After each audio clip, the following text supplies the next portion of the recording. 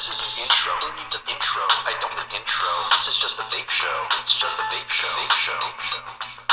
This is an intro. Who needs an intro? I don't need an intro. This is just a vape show. It's just a vape show. Vape show. YouTube, what is up? I'm your homeboy Josh, back at you. Today, we're taking a look at the VaporShark VaporFlask 167 watt. Yeah, it's a DNA 250 chip with two 18650 batteries, making for a mod that'll go up to 167 watts, an accurate 167 watts. I have to tell you, I've always wanted to try out a VaporFlask. I've never had the opportunity. I've always wanted to try one. It was always just, you know, they're pricey is the thing. Here's the thing about this one. This one is normally $170. These are brand new. They just came out. In fact, they're so new that there's still typos and typographical errors on the packaging and on the mod itself. It actually says 133 watt on the bottom,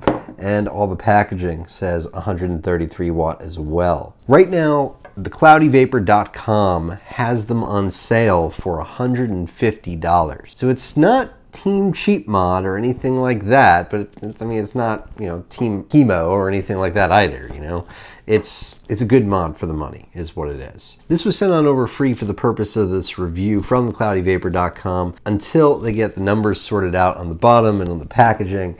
They're keeping it at $150. So it's $20 less than it's normally going to be going for. And actually, this same mod, $20 less than it's going for at Vapor DNA. It's competitively priced right now until they get everything sorted out with the labeling and everything like that. So if you're not a huge stickler for that, you're looking for an opportunity to score a deal, 20 bucks off, a really nice mod, well, go for it.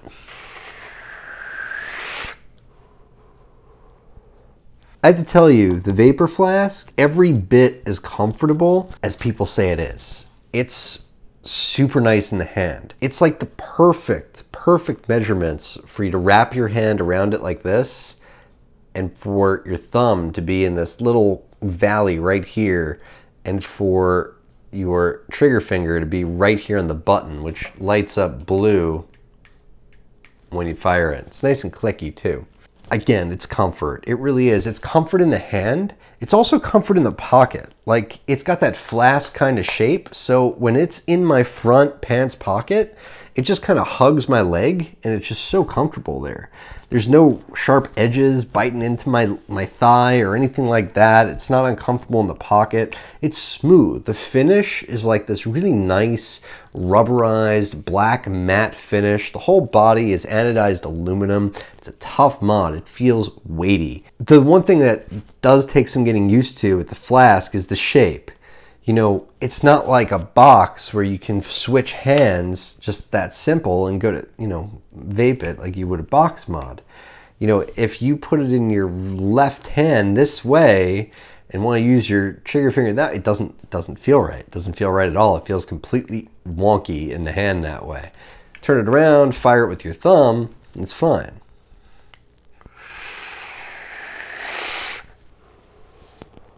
Which is how I vape in the car. So that took me a little getting used to, because, you know, I drive with my right hand and I have my mod in my lap like this, holding it, and, you know, that's how I vape in the car.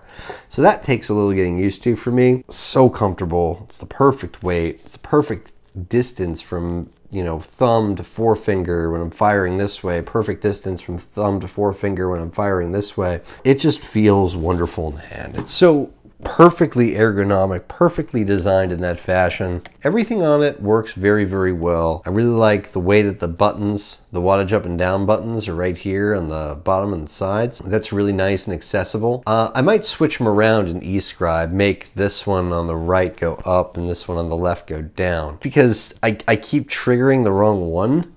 So something in my mind keeps saying that the right button should be, you know, wattage up and the left button should be wattage down, but it's not. It's the other way around. It keeps confusing me. That's something I can tweak in escribe. I've never messed with escribe. One thing that I wish about escribe is that I wish it had a Mac component, because I've become more of a Mac user these days than a Windows user. I still keep my Windows computer around, and I should install it and play around with it. I've never messed with it before. I've always just been happy with my mod the way it is, you know. One thing about the DNA chip is that it's so customizable and you can do so much with it. And you got all these temperature controls and these TCR functions, and you can kind of change the way the device communicates with the battery levels and all kinds of stuff. I'm not a tinkerer in that way. I used to be big on tinkering with things, but I'm not so big on that anymore. I kind of like my vape just to do what it needs to do, and that's, you know, heat my atomizer, provide a good vape, be accurate. And this is. The display box it comes in is pretty sweet too. It basically just comes in just like this. And it's got that same kind of curve at the top of it. So, you know, you get it, it's a fun box to open, you know? Still showing 133 down there, but they're gonna fix that eventually. Look at that, that thing is sexy. It really is. Just the curves on that device. Love those curves. I do wish the 510 kind of went to the edge. I think that would be nice because it's a little less than 22 millimeters here. Your device, even with 22 millimeters, it is going to hug that edge a little bit. I'm not so worried about the finish getting marred or anything over here. This is kind of a rubberized kind of finish over here. And all around, just kind of this rubberized finish. So I think it's going to hold up really well. So far, it's been holding up fine. And I've been using a 24 millimeter device on there. There's no indication that, you know, it's marred anything over here or anything like that. It's held up really well. It's got a little bit of a cutout right here for airflow, which is nice too if you have a topper that takes airflow from the bottom. And the display is always nice and clean on a DNA 200, 250 kind of device. Easy to read is what it is. I love that about these kind of devices. The fire button, I love that blue ring around it. Lights up nice. Good clicky sound to it. Where it says VaporFlask 133, that's going to be changed to, I guess, 167 or 166, however they label it. But it does, indeed. See, I'm still not used to the position of those buttons. I expect them to go the other way for some reason. I gotta get them switched around in escribe. But yeah, it goes all the way up to 167, in case you were curious. Until they get that sorted out, you do have the opportunity of the novelty of a device that says 133 and goes up to 167. I guess in some way that's kind of cool. The inside of the device is all very clean, manufactured. It does have, you know, you can feel the inner workings over here. I guess they have the chip and whatnot. Kind of feel it on the side, but it's covered up really nice. You have a bit of ribbon here. Get your batteries in and out nice and easy. I feel like what's going on here is that the casing is all old stock and they've kind of just put in the new chips until they run out of the old casings, because this is dated from October of 2016 is what this is dated. So I think that's what's going on here. I think they've got old stock of the cases and they're just, you know, getting those all sorted out before they start making new cases with the correct numbers on them and everything. The seam is also really nice and really clean over here on the side for the battery door. You can hardly see it. You know, you really don't see it unless, I mean, I'm not looking at a macro lens here, so you really don't see that at all. And when you're ready to open it, it does have that little bit of a cutaway there for your fingers, which is nice. Easy to open, easy to close. The battery door doesn't go anywhere. The one thing that kind of irks me about it with the rubberized finish is how it picks up the oils and the fingers and all that, you know. That's one thing that I don't like about rubberized finishes, is how it shows all those kinds of fingerprints and the oils and, you know, juice that gets on the fingers and whatnot. That just, it's all right. But it's not the end of the world. It feels super, super comfortable, so it's kind of worth it. But it does show all those oils from the fingers and whatnot. Batteries are easy to pop into place. That's one kind of cool thing about it, is that if you put the batteries in the wrong way, it yells at you.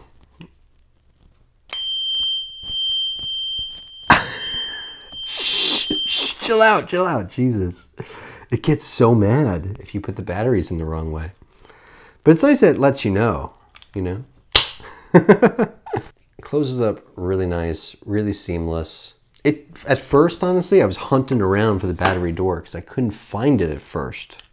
When I first took out the device, I couldn't find the battery door. It's driving me nuts. What I have in here is a Razorback Clapton single coil. It is 22 gauge core and 0.4 ribbon. I've got it up in the Aeronaut 24. And it took me like 10 tries to get a single coil.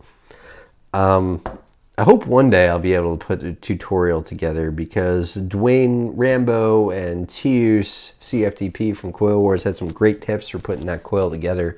Can't thank them enough for their help. And one day, hope to pass on some of that knowledge to you guys on my channel, because it's a fun, it's a yummy vape. I got to tell you, it's way better than a regular Clapton, because those grooves in the wire with the, I mean, it's, wow, it's awesome. I'm vaping on this marmalade, is what this is. It's actually meant to taste like apricot marmalade.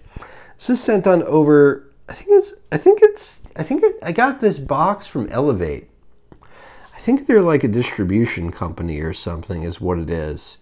And they didn't tell me they were sending me anything, so I'm not sure where that came from, but this is the same company that sent me the avocado, not the avocado, avocado vapes. That sounds weird. The guava that I was raving about in the Coil Wars video from a few days ago. So I guess Elevate is like a distribution company or something. Anyway, it's good stuff. This apricot marmalade. And it's been awesome in this topper. It's been perfectly powered by the DNA 250 chip with the two 18650 batteries. And the battery life on it is pretty good. It lasts a whole day, a work day for me. A weekend day, I find myself changing the batteries about, probably twice a day on a weekend. A work day, it's great. I changed these batteries last night, like late night, a couple hours before I went to sleep, and I was vaping on it pretty heavily then. Woke up and I've been vaping on this all day from there. I do notice that when it gets to about 30%, and I'm vaping this at about 72 watts, it stops and I have to change the batteries. DNA 200 chip, I can vape that battery level all the way down to 0, I feel like, and it works great throughout. With this one, with the dual 18650s, it's like it vapes down to about 30% or so, and then it wants me to change the batteries from there. So that takes a little bit of getting used to, but I like the meter, the percentage on the battery on this chip. I like seeing that there. Yeah, the DNA 200 chips that I have, they don't have the battery percentage in a numeric form. It just has the meter, like the bar that decreases, incrementally. This one, the DNA 250 chip, from what I see, I don't know if they're all like that, but at least this one, it has, a percentage for the battery. I kind of dig that. It's nice. I like that numeric value there alongside the battery meter. Sometimes that battery meter is so abstract, and it's nice to have those more concrete numbers, that battery percentage there. I like that. It's a nice change. It's, everything that you expect from a DNA 250 chip. It's upgradable with the USB port. It's, capable with escribe, like we talked about. It's totally accurate, and it's a fun chip to use. One thing that's always weirded me out about the DNA 200 chips, and this is the same way, is that they're an always on kind of chip. There's no power off or anything like that. It's just 1, 2, 3, 4, 5 clicks, locks it. That's it. And then 1, 2, 3, 4, 5 clicks, unlocks it, and you're good to go. And I've come to really like that about the DNA 200 chips, and it's nice to see that that's the same thing with the DNA 250. It's just something that I've come to get used to with it, and I like it because you don't have to worry about startup time and shutdown time. It's just a little bit more convenient than seeing them power all the way down like that. And the battery holds while it's in that locked position. It's not like it's running down even though that you're not using it, which is nice. Now the thing about the Aeronaut 24 is, as the name says, it is a 24mm RDA, and this is a 22mm mod. So it does have some overhang, and I'm trying not to let it bother me, but I thought about it, and I just wanted to use this. I wanted to use my favorite topper. I mean, it's my favorite topper. I use it all the time, and probably the one caveat with this device, I would say, is that the 22mm size is kind of going by the wayside in a lot of ways. These days, if a mod can't accommodate something that's 24mm, 25mm, you gotta weigh that. Think about that, because these days that's become kind of important if you keep up with all the latest atomizers. So many of them are coming out that are odd sizes like that, and if you're a stickler about your topper sitting on your mod correctly without any overhang, that's something to consider. I wonder if you know, if it's not overdue to see a 24mm version of the flask or a 25mm version of the flask. Now, I wonder how that would affect the ergonomics. Would it make it so that wouldn't be quite so comfortable? This is excellent in the hand though. It's up there with how the Nico Mods feels in the hand. It's up there with how the Axis M17 feels in the hand. You know, they're perfectly ergonomic devices that, you know, hug the palm of the hand so well that, you know, just everything just rests perfectly. It's brilliantly engineered, and it's saying something that the VaporFlask hasn't changed in that form factor for I don't know how many generations now. I mean, I remember when the VaporFlask first came out, it was 40 watts. And that's one reason that I never wanted one, because it only went up to 40 watts. And I just couldn't bring myself to do that. And then there was a 100-watt one. But, you know, at that point already we were seeing 150-watt devices out there. And I was like, you know. I mean, I won't lie, part of me wishes that I had a LiPo battery in here. You know, a LiPo 3S battery would be kind of nice in here. You know, because then I could get the full 250 watts and I could really push my atomizers and whatnot. But, you know, a lot of my builds will fit comfortably within 167 watts. You know, a lot of them will. Not all, but a lot of them will. Like this build, for instance, you know, it ohms out at about 0.36 ohms. You know, that's plenty. I'm actually pushing this coil a bit harder than I normally would. I'm vaping at about a little more than 5 volts. I mean, it's got the power to accommodate the majority of builds out there. Is it going to handle, you know, dual staggertons? No. Not really, but a lot of builds are going to work great in here on this mod. And it's nice to be able to change the 18650s. You know, sometimes, like the DNA 200s, I love them. I love them when with the LiPo in there and everything, don't get me wrong. I love having that kind of power that I can just push through, you know, some of those really, really, really low ohm builds. You know, I like that. But at the same time, it's kind of a bitch to charge them sometimes. I'm not big on vaping on a pass-through. You know, I don't like being tethered to my mod in that way. I don't like having the cable running through the mod. Sometimes I kind of wish it would just be easy to swap out a battery on, you know, the DNA 200 and I can just go, you know. With this, it has a changeable 18650 batteries, and that's nice. Also nice that it's not a triple 18650. You know, let's be honest, I mean, the triple, and let alone the quad 18650 battery mods that are coming out these days, they're pretty hefty. They're great for the desk, but they're also bulky and kind of annoying to carry around in the pocket. I love my RX200, RX250 now, and you know, I love my my drip box 160, which is a 2 battery mod, but you know, it's kind of the same size as, you know, the RX200. I mean, I love this mod, don't get me wrong, I use it all the time. But that thing is bulky. It's not something that's easy to put in the pocket and move around with. That's how I come equipped these days. You know, I take up one device, one topper, I change the batteries just in case, and I go about my day. That's how I do things these days. So that much is nice too. You know, it's nice to be able to just swap that out on the go if I want. Anyway, guys, that is the VaporFlask 167. Again, until they get that sorted out with the numbering on the packaging and on the device itself on the bottom, it's going $20 off at thecloudyvapor.com until they get that sorted out. And so if you're looking for something, we'll call it mid-range mod, I guess. Like I said, it's no cheapo Kanger K-Box. It's no, you know, well, this ain't exactly Hemo either, but it's nice. Until they get all that sorted out, it's running at $150, which is a pretty decent price for what it is, considering, you know, the pricing that it normally goes for. Anyway, till then, till I see you, I'm your homeboy Josh. Vape on, vapors.